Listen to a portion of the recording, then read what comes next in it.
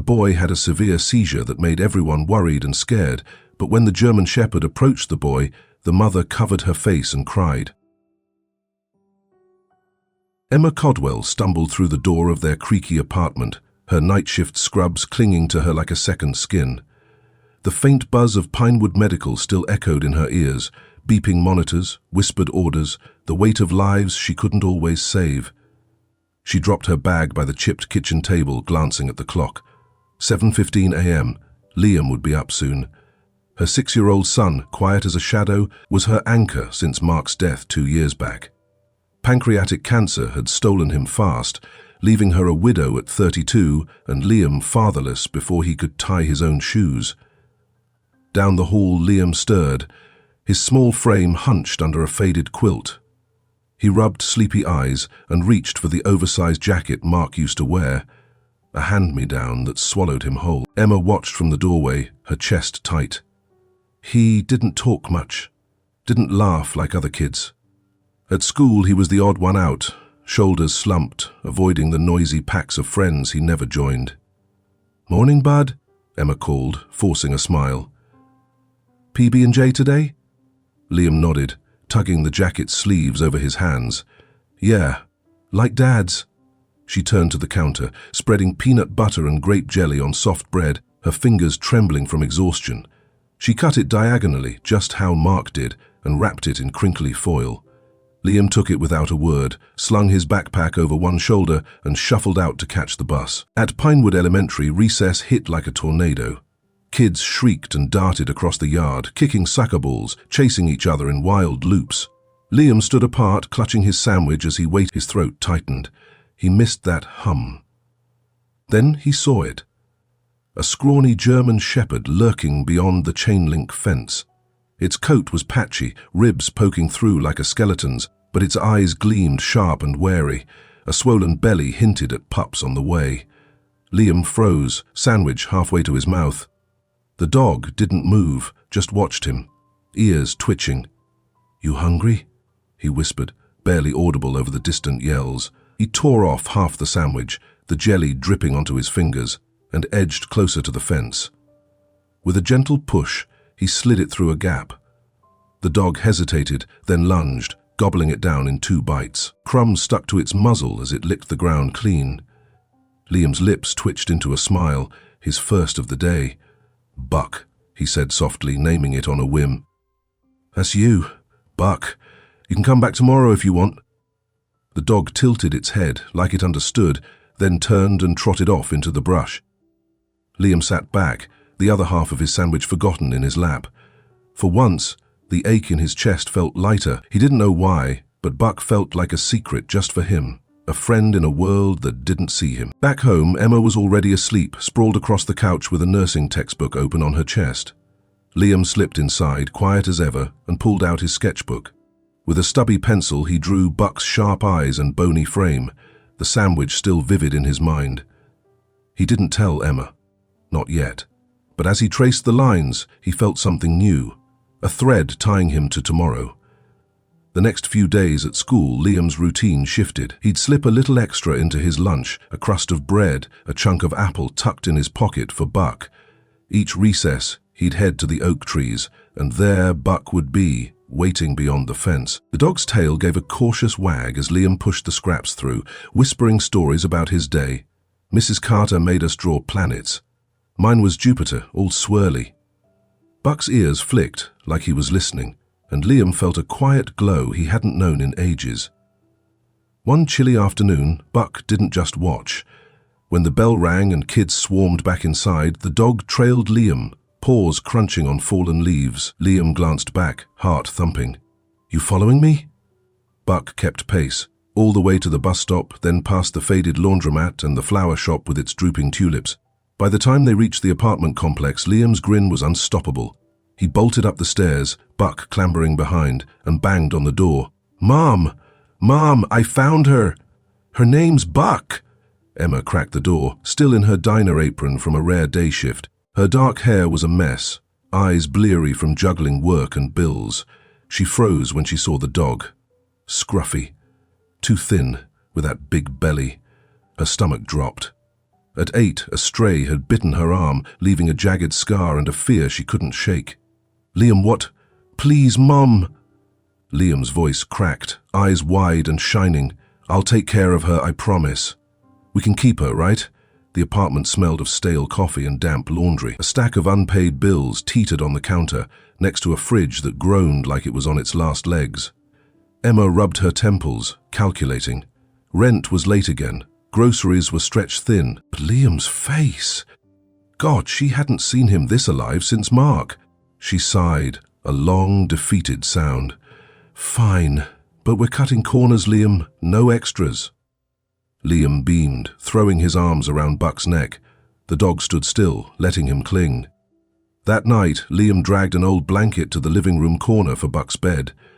After homework, he sat cross-legged beside the dog, running his fingers through the patchy fur. "You're staying," he murmured. "I'll tell you everything." He pulled out his sketchbook, spilling tales of imaginary knights and dragons. Buck's steady breathing, his only audience. Days later, Emma jolted awake on the couch, a scream yanking her from sleep. "Mum, Buck's got babies!" Liam's voice trembled with awe. She stumbled to the living room, rubbing her eyes.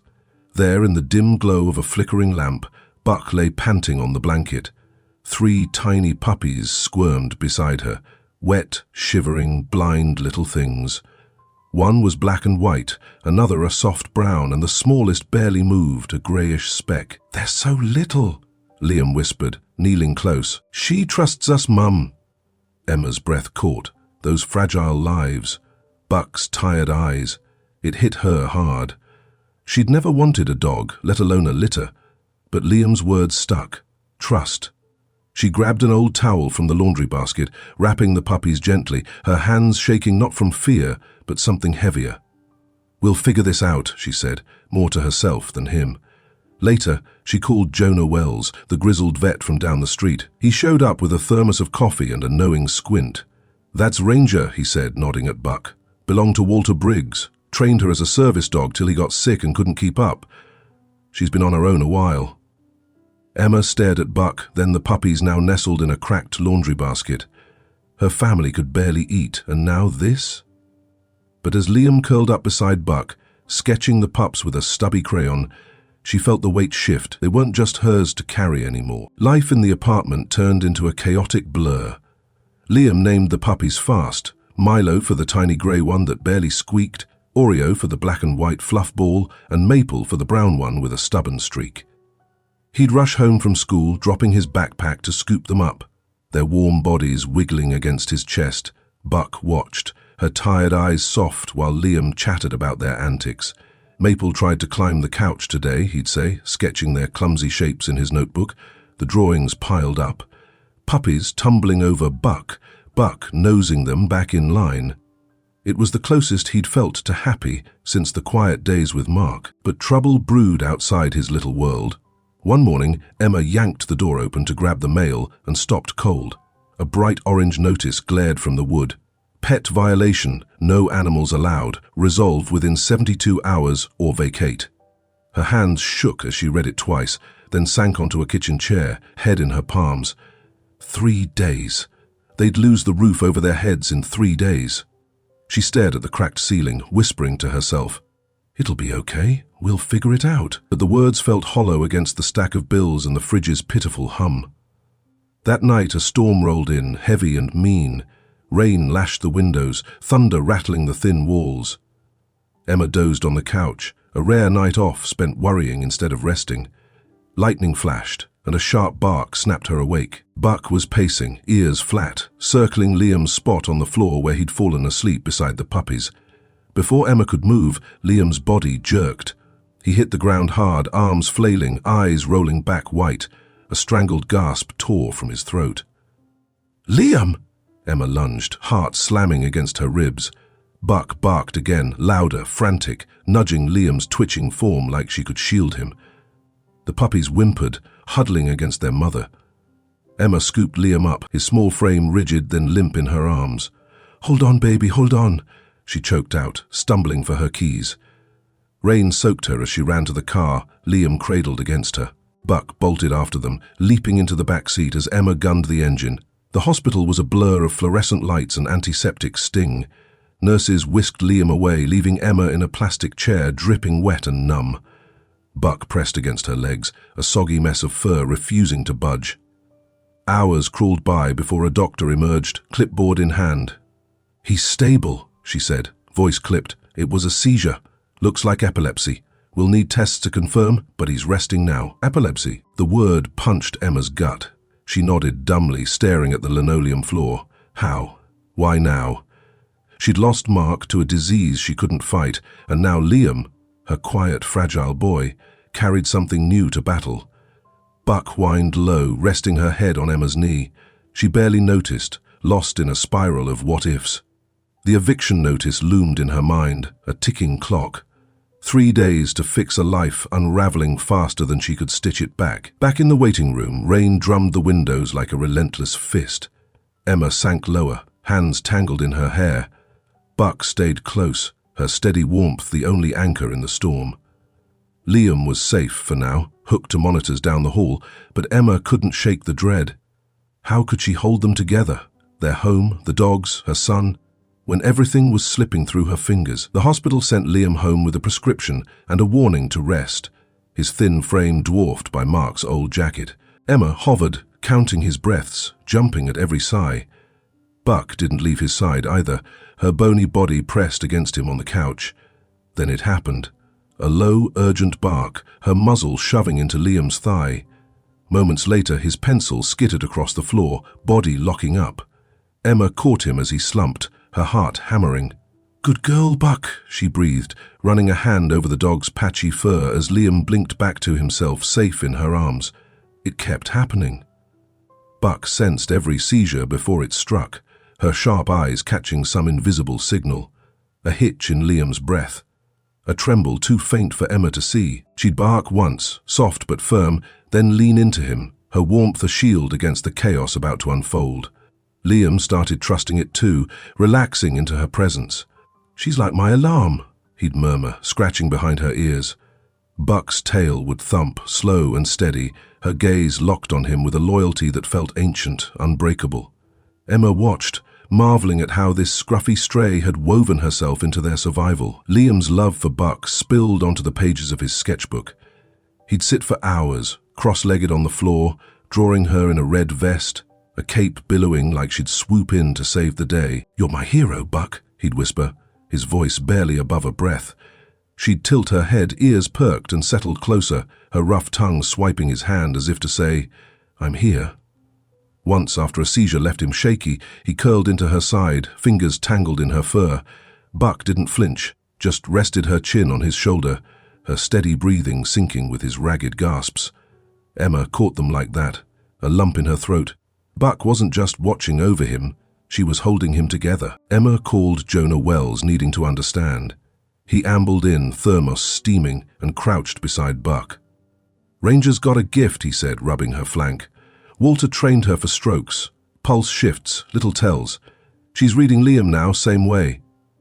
Emma blinked, stunned. "She's medical." Jonah nodded.